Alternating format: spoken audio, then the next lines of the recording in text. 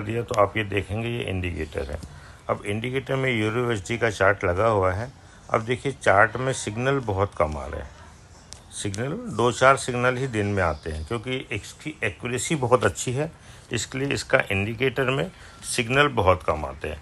तो आप ये देखिए पूरा दिन हो गया है, एक दिन से अभी तक ये सिग्नल या एक ये सिग्नल आया है। यहाँ पे देखिए अगला ट्रेड विन हो गया, यानी कि ये 2:42 पे सिग्नल आया था 241 पे, 242 पे सिग्नल पास हो गया। उसके बाद से अभी तक कोई सिग्नल आया नहीं है, यानी कि 12 घंटे में एक सिग्नल ये आया था। ये देखिए ये भी ट्रेड हमारा विन हो गया, ठीक है। उसके बाद अभी तक सिग्नल एक ही सिग्नल आया है पूरे दिन के अंदर, यानी कि अब आपने देखे तो एक सिग्नल 12 घंटे में एक ही सिग्नल आया है, यानी कि 12 घंटे में 2 सिग्नल आया, यानी कि 2 बजे से लेकर 2 बजने आया। तो 2 बजने में 2 मिनट आया, यानी कि 12 घंटे में 2 सिग्नल आए। तो इसमें ट्रेडिंग तो अपनी हो नहीं पाएगी, इतना इंतज़ार कौन करेगा। इसके लिए मैंने टॉप 20 स्कैनर का 20 करेंसी में मेजर जो फॉरेक्स करेंसी है उसके लिए एक स्कैनर बना दिया है। अब ये देखिए ये स्कैनर लगने के बाद अपने को कोई बीच बीच में ट्रेड आते ही रहते हैं। इससे क्या हो गया कि हमारी फ्रीक्वेंसी ख़राब नहीं होगी, हमारा ट्रेडिंग आवर्स टाइम नहीं ख़राब होगा और हमारी ट्रेडिंग चलती रहेगी। अब ये देखिए यहाँ पे एक स्कैनर आया, ट्रेडिंग स्कैनर में एक ट्रेड आया था। इस ट्रेड का नाम था CHF-JPY। CHF-JPY में सेल का सिग्नल आया था 1:05 पे। तो हम अगला ट्रेड हमने CHF-JPY में अगला ट्रेड करना, ये ट्रेड फेल हो गया, इसका ये मतलब नहीं है, ये तो यूरो यूएसडी का चार्ट है। अब हमको CHF-JPY में चले जाना है। तो CHF-JPY ये होंडा का हमने सेलेक्ट किया है डेटा। ये देखिए 1:05 पे CHF-JPY का ट्रेड आया, एक ट्रेड फेल हो गया, अगला ट्रेड हमारा पास हो गया। इसमें मैक्सिमम 2 ट्रेड करना होता है मार्टिंगल में, R1 R2। R1 मतलब रीट्राई 1 में हमारा ये ट्रेड पास हो गया। तो हमारा समय भी बचता है और हमको फ्रीक्वेंसी ट्रेड भी मिलती है और एक्यूरेट ट्रेड मिलती है। चूँकि इसकी एक्यूरेसी बहुत ज़्यादा हाई है, इसकी वजह से इसमें ट्रेड बहुत कम आते हैं। पूरे दिन में एक पेयर में 4-5 ट्रेड आते हैं।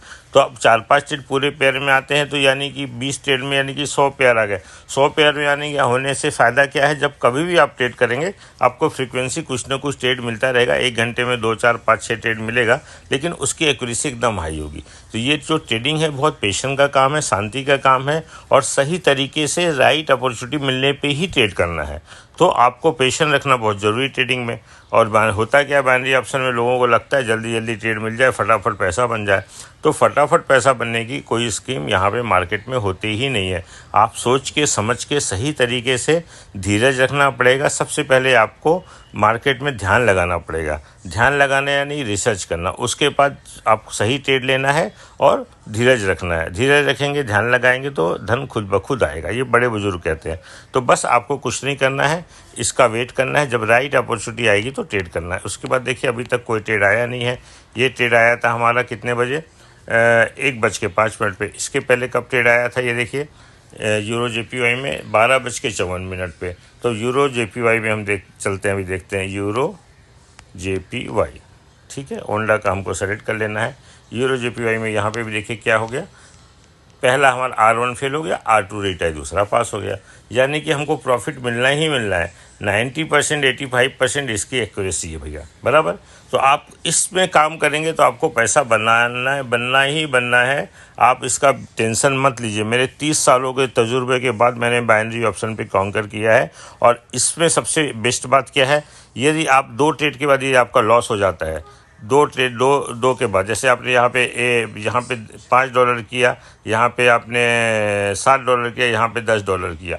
अब आपने $2 आपको बढ़ाना है। यदि आप प्रॉफिट में है तो आप $2 बढ़ाइए, 2 लॉस हो गया। उसके बाद फिर आपको आपका जो स्टार्टिंग पॉइंट है वो आपको शुरू से कर देना, यानी कि आपने $10 किया, फिर यहाँ 12.5 किया, यहाँ पे 15 किया, आपका विन हो गया, ठीक है। यदि आपका 15 फेल हो गया तो फिर आपको वापस $10 से ही शुरू करना है। लेकिन जब आप प्रॉफिट में होंगे तो आपको हर बार आपको प्रॉफिट में बढ़ाना है, यानी कि यदि आप एक ट्रेड में प्रॉफिट हो गए $10 में, तो अगला 12.5 करिए, 15 करिए, 17.5 करिए, 20 करिए। हर ट्रेड में आप $2.5 बढ़ाते चलेंगे तो आपको लाइफ में नुकसान नहीं होगा। पूछिए क्यों?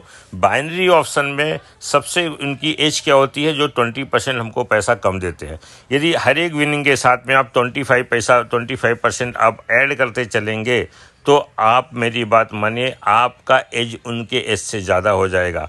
और यदि आप लॉस कर रहे हैं 2 ट्रेड के बाद, तो आपका विनिंग जो है स्टार्टिंग पॉइंट उतना ही आ जाएगा। यानी $10 से ट्रेड कर रहे हैं तो $10 से ही ट्रेड करना है। मैं आपको वापस से समझा देना चाहता हूँ, बाइनरी ऑप्शन में कैपिटल आपके पास यदि 500 है तो आपको 2% से ट्रेड करना है। $100 है तो $2 से ट्रेड करना है। तो इस तरह से यदि आप $500 है तो आप 2% यानी कि $10 से ट्रेड शुरू करिए।